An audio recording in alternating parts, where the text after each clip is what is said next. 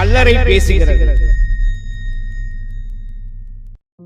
எனக்குள் வந்தவர்கள் எழுந்து போனதாய் வரலாறு இல்லை.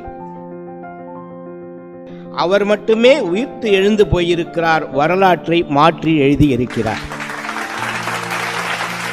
மன்னாதி மன்னர்களையெல்லாம் மண்ணோடு மண்ணாக்கியவன் நான், மண்ணோடு மண்ணாக்கும் என் கனவை முதலாய் அவர் மண்ணாக்கி சென்றிருக்கிறார்.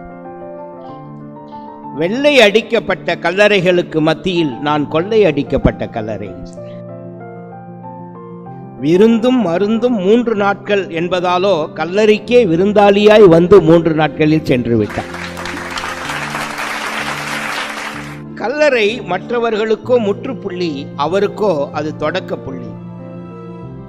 பிறப்பு இறப்பு எழுதப்பட்ட கல்லறைகள் மத்தியில் பிறப்பு இறப்பு உயிர்ப்பு என்று எழுதி சென்றவர் அவர் மட்டும்தான். கல்லறை மனிதர்களுக்கு சொந்த வீடு, இறைவனுக்கோ அது வாடகை வீடு. மனிதர்களுக்கு அது சொந்த வீடு, இயேசுவுக்கோ அது வாடகை வீடு. கல்லறையில் புற்கள் முளைக்கும், இங்கு மட்டும்தான் ஒரு முகிரே முளைத்து சென்றிருக்கிறது. கல்லறையில் புரட்டப்பட்ட கல் அல்ல நான், வரலாற்றையே புரட்டி போட்ட கல் நான். உயிர்த்தெழுந்தவரை பார்த்த முதல் சாட்சி நான். அந்த புரட்டி போட்ட கல் சொல்தான், உயிர்த்தெழுந்தவரை பார்த்த முதல் சாட்சி நான். அவர் உயிர்த்தெழுந்த ஆச்சரியத்தை பார்த்து கல்லாகி போனேன் நான் என்று சொல்லுகிறார். எலும்பு கூடுகளையே பார்த்து பழகிய நான் முதல் முறையாக ஆடை கூடை நான் பார்த்தேன்.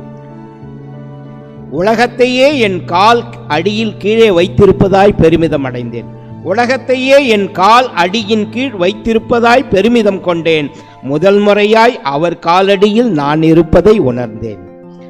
மண்ணிலிருந்து வந்தவரை மண்ணுக்குள் வைப்பது எளிது, விண்ணிலிருந்து வந்தவரை மண்ணுக்குள் அடைப்பது அவ்வளவு எளிதல்ல என்பதை உணர்ந்தேன். மீண்டும் மேசியா வருவார் என காத்திருக்கிறேன். நீதிமான்களின் கல்லறைகள் திறக்கும் அந்த நாளை ஆச்சரியத்தோடு பார்க்க கண்கள் பூத்திருக்கிறேன். அனைவருக்கும் நன்றி, வணக்கம்.